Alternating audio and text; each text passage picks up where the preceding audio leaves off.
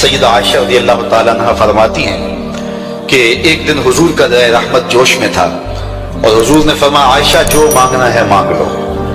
میں نے عرض کی یا رسول اللہ اگر آپ اجازت دیں تو میں اپنے باپ حضرت ابو بکر صدیق رضی اللہ تعالیٰ عنہ سے مشورہ نہ کر لوں کہ میں نے کیا مانگنا ہے؟ تو فرمایا کہ جاؤ مشورہ کر لو، مشورے کی اجازت بھی ہوگی۔ میں اپنے والد گرامی کی خدمت میں حاضر ہوئی اور کہا کہ دریائے رحمت جوش میں ہے اور رحمت کا باڑا برس رہا ہے۔ حضور نے فرمایا عائشہ جو مانگنا ہے مانگ لو، یہ اتنا سنہری موقع ہاتھ آیا ہے تو میں چاہتی ہوں کہ کوئی مانگوں تو اہم شے مانگوں۔ تو آپ کی خدمت میں حضور سے اجازت پا کے حاضر ہوئی ہوں، مجھے بتایا جائے کہ میں حضور سے کیا مانگوں تاکہ کوئی چھوٹی چیز نہ مانگوں، بڑی چیز مانگوں۔ تو حضرت ابو بکر رضی اللہ تعالیٰ عنہ نے فرمایا کہ بیٹا حضور سے جا کے کہنا کہ معراج کی خلوت خاص میں اللہ نے آپ سے جو راز کی باتیں کی تھی ان باتوں میں سے ایک بات بتا دو۔ مانگا بھی تو علم مانگا، اور عائشہ میرے سے وعدہ کرو جو حضور بتائیں مجھے بھی آگے بتانا ہے۔ ام المومنین حاضر خدمت ہو گئی۔ حضور نے پوچھا عائشہ مشورہ ہو گیا؟ کہا جی حضور ہو گیا۔ کہا مانگو کیا مانگتی ہو؟ کہا حضور معراج کی خلوت خاص میں جب اللہ کے حضور حاضر ہوئے رب نے آپ سے راز کی باتیں کی تو ان باتوں میں سے ایک بات بتا دیں۔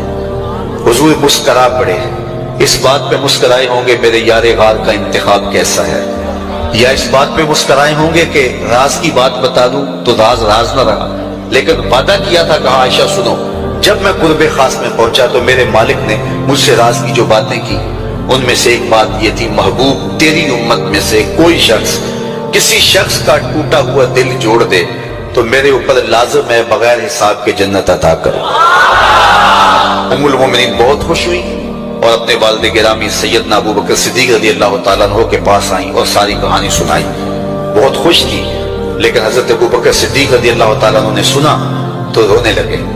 تو ام المومنین سیدہ عائشہ رضی اللہ تعالیٰ عنہ نے عرض کیا میرے والد گرامی یہ بات رونے والی تو نہیں ہے، ہم بسا اوقات کسی دکھی کے کام آ جاتے ہیں، کسی کا دکھڑا بیٹھ کے سن لیتے ہیں، کسی کی ڈھارس بنا دیتے ہیں، کسی کے کام آ جاتے ہیں، یہ تو بخشش کا بہانہ ہاتھ آ گیا اور آپ اس پہ رو رہے ہیں۔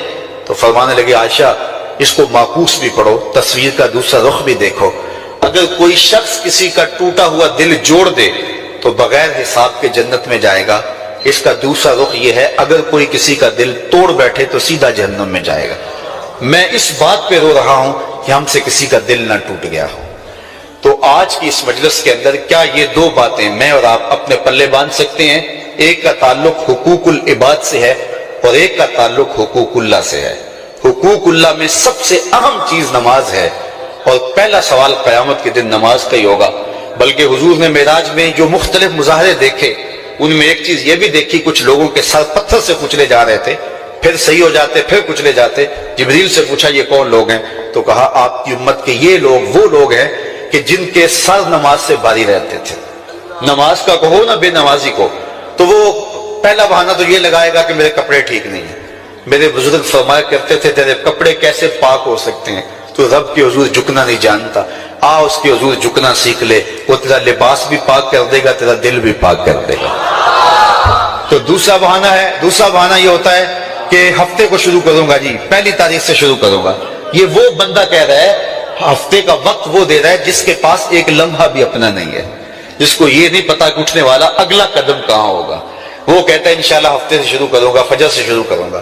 میاں اللہ کے حضور بلاوا 5 وقت ہمیں آتا ہے، حی علی الصلاۃ حی علی الفلاح۔ کتنے بدبخت ہیں کہ جو پکار کے اٹھ کے اس کے حضور حاضر نہیں ہوتے۔ 5 گانا نماز شعار زندگی بنا لو، اور ہم یہ پکا عزم مصمم کر کے اٹھیں، اتنے زور سے ہم ارادہ کریں کہ شیطان بھاگ جائے، ہماری ہوا سے بھی بھاگ جائے۔ یہ تو اتنے پختہ ارادے کے ساتھ عزم کر کے جو ہے وہ آج ارادہ کر کے یہاں سے نکلے ہیں کہ وہ فجر کے وقت ہمیں بہکانے میں کامیاب نہ ہو، ادھر اذان پکارے ادھر ہم دوڑتے ہوئے اللہ کے گھر کی طرف پلٹ آئیں۔ ہم یہ عزم کریں کہ آج کے بعد نماز نہیں چھوڑیں گے۔ اللہ مجھے آپ کو 5 گانا نماز کی توفیق نصیب کرے اور ہمیں توفیق نصیب کرے کہ ہم کسی کے دل شکستگی کا سامان نہ کریں۔ ٹوٹے ہوئے دل جوڑ سکیں تو ضرور جوڑیں، اور کسی کا دل توڑنے سے ہم گریز کریں اور اپنی زندگی کو ایک خوبصورت